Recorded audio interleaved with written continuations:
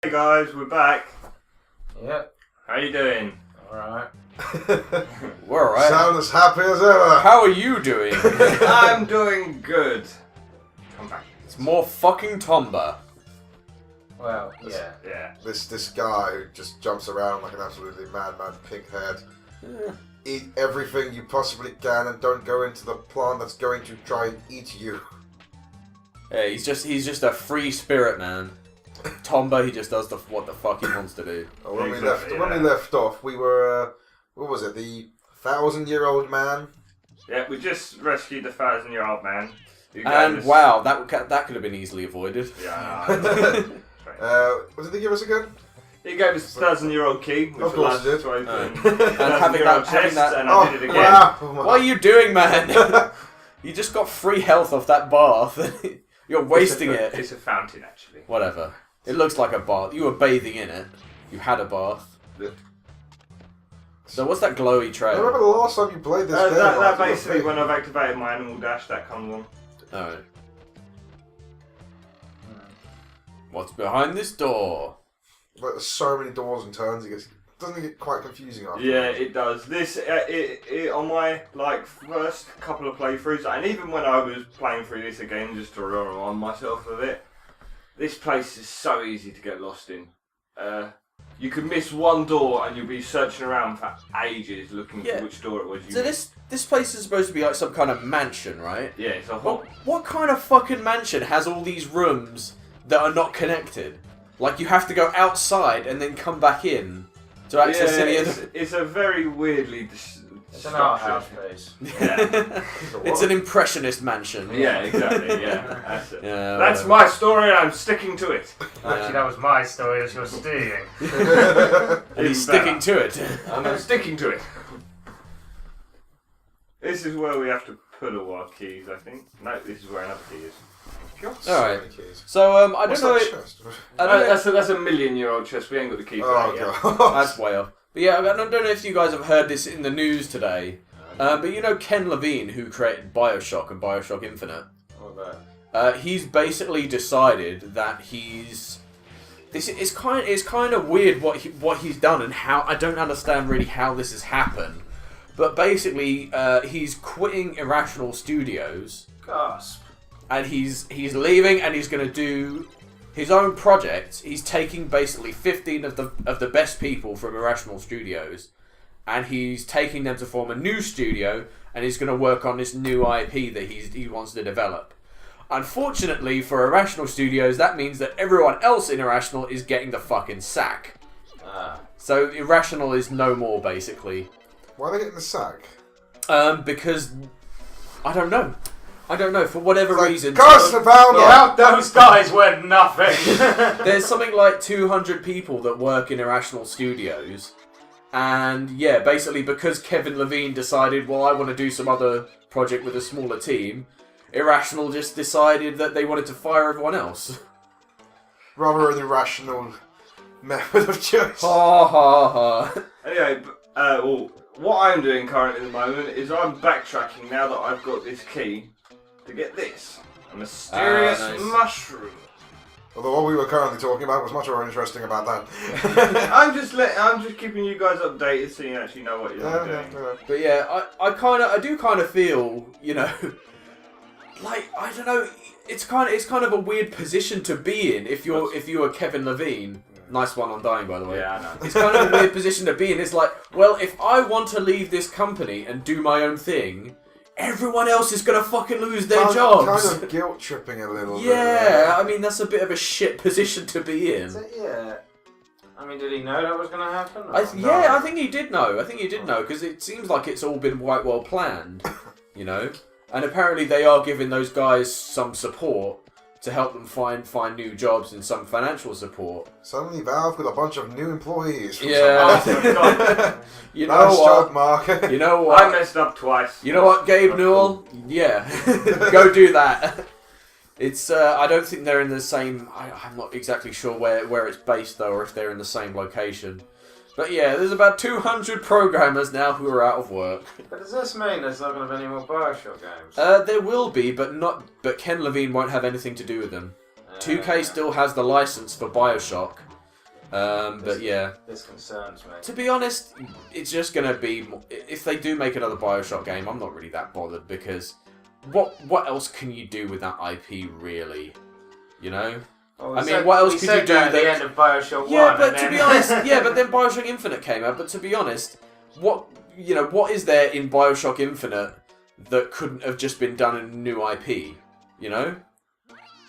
True, but, I suppose that there'll be another Shock game that the guy's just going to do on his own. Yeah. Well, I don't think Ken I don't Levine think is it'll going be to have. called Shock, but for all intents and purposes, it's a Well, Shock game. no. Apparently, what he's going to be doing is going to be experimenting with different kinds of narrative in games, Right. and basically, it was something to do with like replayable narrative. Was the term that he used. I don't know what that might mean. It could mean something like what you see in games like Minecraft, or Dwarf Fortress, or Daisy, or games like that, where it just gives you like a set of tools. And you do as you please. Yeah, and you just do as you please, and that, because you have those tools and those systems in place, Well- it creates stories. But not stories that someone else wrote, there's stories that just happen, you know? As in basically just events which you kind of play through. Yeah. The thing is, But- I've got Rust, and I played that, which is basically just a Yeah, it's you that just kind have of to thing. survive game. Yeah. And honestly, on your own, it's extremely shit. Yeah. I mean, because you spawn in the middle of nowhere, and you kind of have to try and find your friend, and in a massive world where it's like kilometers long, Yeah. you're not gonna find it. Yeah, I mean, you need other people for a game like that, I suppose. But this is wow, that's the mansion we saw earlier. It was, we found it. Anyway, but the thing about what you were saying about making your own adventure, to somewhat quote artsy slightly out of context, maybe I don't want to make my own adventure. Maybe I want an adventure written by me by professional storywriters. Yeah. Yeah, and that's fine too. But it's just a different way of doing things. But also the fact that he's taken the studio and stripping it down to 15 people. Yeah. It's kind of another. Well, a lot of people are saying that the AAA game is dying. That it's no longer sustainable, and we're going to be scaled back, and it's going to be lower budget, smaller studios, and this seems to be like another death knell for the big budget AAA game. Oh, what a shame. Yeah, I'm not exactly crying. Although some of the games I like have been AAA games. I mean, Metal Gear Solid is arguably a AAA game, and that's But yeah, I'm not too interested in most big budget titles. Yeah. But yeah, it's the kind of try and address the problem, I guess, of these AAA games that have a linear story and you just play through it once and that's it. So it's the idea of trying to create something which has a story, like the story of Bioshock Infinite, but you can play through it multiple times and it will be different each time. I think Stanley Parable. Stanley Parable is a very good example. Stanley Parable's not a good example of that because it's such a weird game. There's But there's that's what he's trying to do. but there's But he's yeah. going to try and do it in a more serious way. Yeah, Yeah. but there's concepts in the Stanley Parable which would be I wouldn't say they'd be difficult, they'd be impossible, but they'd be difficult to implement in a more traditional game. like a game where like Borderlands 2 has a sense of where you play for the game, you play for it again, and it gets more difficult, so you actually stay on the same level. That's not Yeah, a but good we're narrative. actually I talking know, about a different story. I'm not saying like that, but I'm just saying where that is applied, but also where the story is changeable by what you do, also is quite good. Like you have a set storyline, but say for example you go for the good side or the evil side, Yeah, or the yeah. neutral side. And there's been stuff done like that, but I think what he's talking about is potentially limitless permutations of a story. So even like you kick the dog would make a massive change to the story. We're getting into the realms of speculation because we don't really know what he's talking about. This is what I mean. But by- yeah, it could be. It could be something. It could be like a butterfly effect thing where a minor action. He's just going to release an extra sketch and just give it to everyone and say, just make something up. Yeah, make your own fucking game. Here you go. But yeah, it's kind of shitty. I do feel bad for all those people who have lost their jobs. But it's a difficult position for Ken Levine to be in as well. To basically be, well, whenever I want to make some kind of change in my life, I can't do it because people will get laid off. You know, that's kind of. It depends on your viewpoint then of it. If you think to yourself, good on him for like kind of not giving into Pressure. Yeah. Yeah. But the thing is that he's still going to be working for 2K. Yeah. You know, he's still going to be. He's not working outside of that company. He's still working within the confines of that publishing company. I mean, if he's kind of, he's got an idea and he wants to do it, and the company basically saying no, and he knows and he wants to do something which he believes to be amazing, then it's good that he's going to do that. Because I mean, if the company's just going to go no and potentially tarnish a great thing. Well, they're gonna do that anyway because they're not just gonna let BioShock go. You know, they'll keep milking it. Yeah, I mean, like in the sense of where this developer's going to basically make a new game, which he's kind of maybe been planning for quite some time. Yeah. Well, this is all going on the assumption that he didn't say, I'm leaving and I want you to fire everyone as I go. Yeah. I want a blaze of glory as I leave this place. I want my name to go down in history. As a fucking arsehole. Yeah, that paints this entire situation in a very different light. Indeed. Anyway, we've been completely ignoring what's going on screen. We're still here though. I've actually done quite a fair amount since you guys mentioned. From what I was observing of your fair amount, you got cheese. Well, you got I've some got cheese, mushrooms. I've got a hidden mushroom, I've got all the key parts to make this key. Okay. You know, actually, that's a coincidence because I went to a restaurant with one of my friends the other day, and he ordered cheese, chips, and mushrooms. Ah.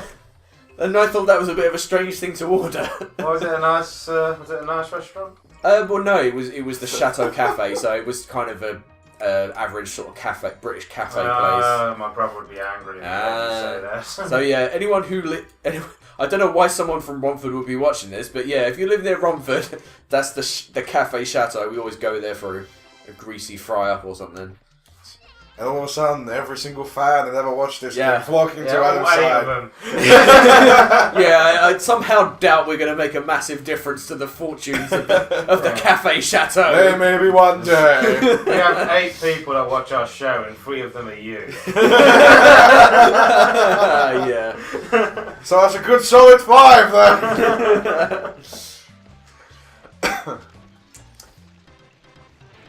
All large I had to get keyhole. in that key. Oh, So is there a pig in here? no. No. Well, this place is under the effect of a pig. Ooh, tricky.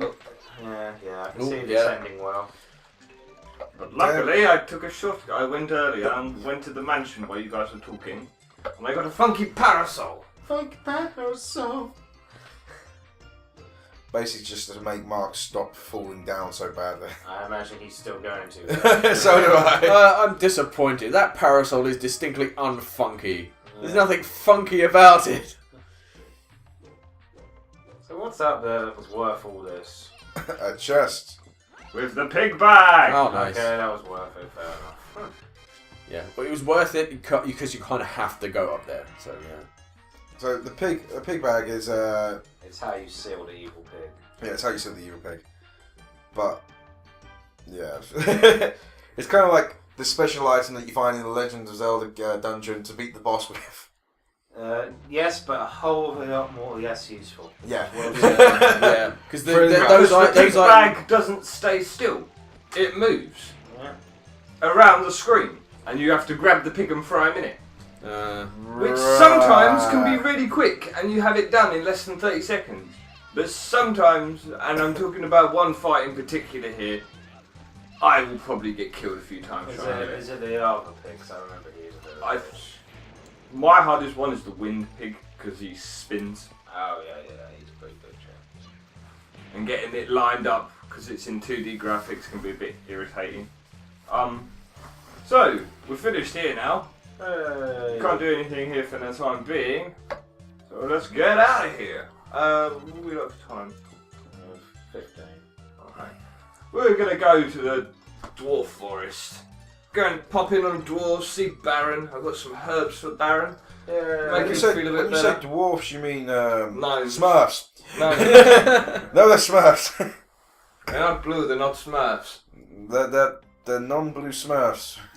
Gnomes. You have pink hair. That does not make them Smurfs. That's not a Smurfs don't- counter-argument. Smurfs don't have fucking pink hair. What are you talking about? He's got pink hair. It's just like, well, shut up. He's got pink hair, therefore these people unrelated to him must be Smurfs. Oh, that's gonna get quoted quite a lot lately. It's just gonna get quoted. Nah, we're gonna forget about it and just... Nah. Yeah. Pretend it never happened. Moving on. As you do with most of my mistakes, and I'm thankful for it. Hey, healing herb. He's feeling better now. Alright. Can you get him some good food? Get some good food. Well, there's a tree called the Tree of Knowledge. Apparently, it's got really good fruit. Now, Fucking go there. I wish I could have some of that fruit again. No, fuck you. They're going to my dog. It only blooms once every 10 million years. And I'm feeding it to my dog. what? Man, where's that guy up there? There's a guy up there in the top left who just seems to be... chopping no, wood. he's chopping wood. I thought he was having some kind of, like, epileptic He's fit. trying to cut the tree down so it falls on his house. Really? Don't know. Probably. Sounds like a Right. dickish thing they do. It's like, you didn't save my whole life! I want to call this episode the episode of backtracking now. Because, I'm going to say we call the next episode the episode of backtracking and we stop now. Okay, well, I'll get us to a slightly more advantaged position. Okay. Because there's a few things I can do on the way. Like slowly glide. This isn't Mario, but... No, but it's... No, he was doing Star Wars. that's Mario 2. No, I know you were doing Mario 2. He started doing Star Wars. I thought that's what he was trying to do. Wow. Alright, come on. We need to educate you, Steve. Alright, Shut it. One of these days we'll play Mario 2. come on. Ah, come I on. think Mario 2 would actually be a good one for us to play because it's such a fucking weird game. It's easy, a lot of fun. What the Yeah. hell? Come on. Okay. Where does this go? Oh, ah! Where the bell rolls. Do a barrel roll. Sorry, I'm sorry, Adam, you can't do that. Yeah, it's been officially made internet law that if you make a barrel roll reference, you're kicked off the internet. Really? No! God. Yes, of course. It's an official rule written by no one. Written by the king of the internet. otherwise known as David Hasselhoff. David Hasselhoff, the king of the internet. Doesn't that sound familiar? No, because we weren't paying attention. We were so annoyed about the king of the internet. Reviving Charity Fountain. Oh yeah, I've heard you need some kind of tears or something. Do we have any tears? No, but do you remember seeing No. the big yellow flower that Oh, was they're crying? crying. Yeah, okay. I got You it. need them tears Alright. to sort this out. So we need something to put his tears in. Yeah, we need a tear bottle. Or maybe if we kicked Mark so hard in the nuts he'd cry. That might work. Yeah. No. I'm afraid we can't do that because the king of the internet. Gosh, this king of the internet! Oh, he has ruined my faith and ability to do many things. Wow. What? Alright. Is that guy in prison there? No, this guy's collecting leaf butterflies. So Every time we get some, we're gonna give them we to. come back here and deposit. And when we hit a certain amount, How many do you need? magic happens. I have no idea. That's good to know. I've just, to be honest with you, I've just gone around collecting. I don't know what the exact number is. It's something in the 30s. How many do you have? I had 6 just then. Oh well, that's great. I popped them in there for now. It will be something every time I run past this area, I'll drop more off. Okay. Alright, well, we'll end it there. I'm going to start the next episode off. We'll fly over to Phoenix Mountain and we'll see you guys there. Let's see ya. All right. Take care. Bye bye. Bye, guys.